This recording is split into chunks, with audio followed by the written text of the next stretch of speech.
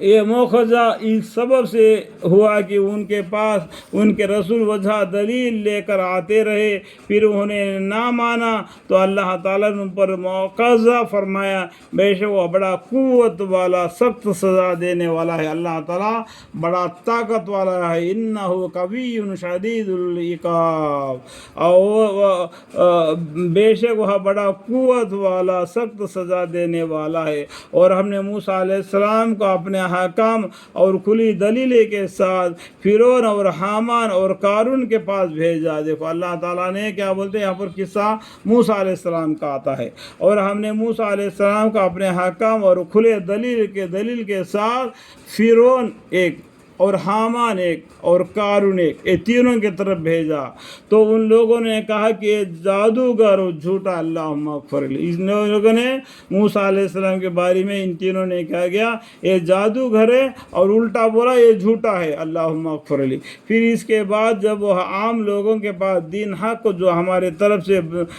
سے تھا لے کر آئے، تو ان مذکورہ لوگوں نے بطور مشورہ کے کہا کہ جو لوگ ان کے ساتھ ایمان لے آئے ہیں ان کے بیٹوں کو قتل کر ڈالو، یعنی جو بنی اسرائیل ہے، بنی اسرائیل میں تو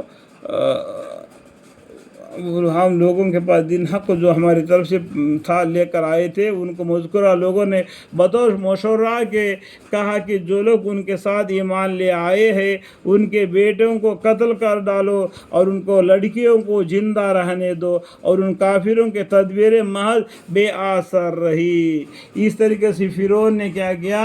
تو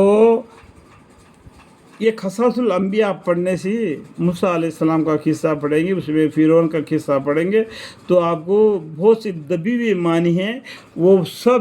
آپ کو معلوم پڑ جائے گا۔ یہ اتنا پورا سمجھانے کا کیا جتنا ہی بڑھتے جا رہا ہوں، اور آپ اور بھی علم حاصل کرنے کے لیے آپ کو اشارہ بھی دے رہا ہوں کہ آپ قصص الانبیاء میں موسیٰ علیہ السلام کا قصہ پڑھیے پورا، تو معلوم پڑ جائے گا کہ حقیقت کیا ہے۔ اور فرعون نے اہل دربار سے کہا کہ مجھ کو چھوڑ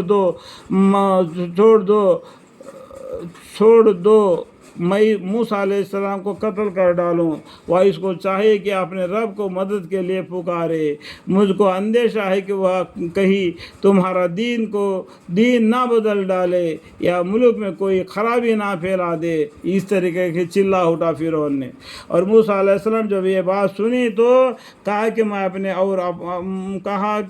اپنے اور تمہارے یعنی سب کے پروردگار کی پناہ لیتا ہوں۔ اللہ تعالیٰ کی پناہ لیا انہوں نے، کہا کہ موسیٰ علیہ السلام نے کہا کہ میں اپنے اور تمہارے یعنی سب کے پروردگار کی پناہ لیتا ہوں۔ تمہارا بھی اللہ کون ہے؟ ایک اللہ ہے، میرا بھی اللہ وہی ہے۔ تم فرعون کیا کرتے؟ میں اللہ کر کے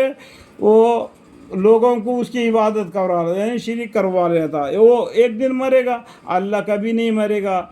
اللہ حی یا قیوم ہے، اللہ کبھی نہیں مرے گا۔ اب آیت الکرسی پڑھیں گے تو بھی معلوم پڑ جائے گا۔ آج فرعون دنیا میں ہے گا، اس کی لاش پڑی ہے میوزیم میں دیکھنے والوں کے لیے۔ فرعون اور فرعونی، فرعون کا معنی مرد ہے، فرعونی کا معنی عورت ہے۔ ہر خردہ شخص کے سر سے جو روز حساب پر یقین نہیں رکھتا ہے نا، ایسا بے دماغ والا آدمی روز حساب سے نہیں ڈرتا، یقین نہیں رکھتا، ان کے لیے پروردگار کی پناہ لیتا ہوں۔ اللہ تعالیٰ سے پناہ لے۔ موسیٰ علیہ السلام نے دعا کی کہ میں اپنے اور تمہارے یعنی سب کے پروردگار کی پناہ لیتا ہوں، ہر خرد دماغ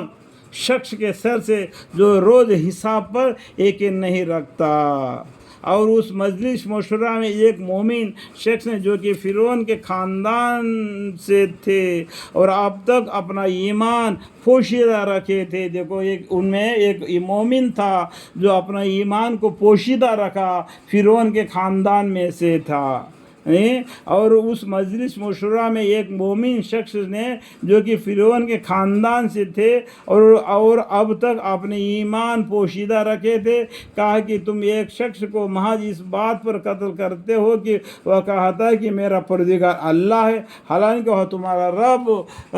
کی طرف سے اس دعویٰ میں پر دلیل بھی لے کر آیا ہے۔ دیکھو وہ پیغمبر بھی بولتا ہے ایک اللہ ہے، اس کے مانو بلکہ دلیل بھی لے کے آیا، پھر بھی تم میں اس کو قتل کرنا چاہتے ہو؟ وہ مومن آدمی نے کہا دیا. اور اگر بالفرض وہاں جھوٹا ہے تو اس کا جھوٹ اس پر پڑے گا، اور اگر وہاں سچا ہو تو وہاں جو کچھ پیشن گواہی کر رہا ہے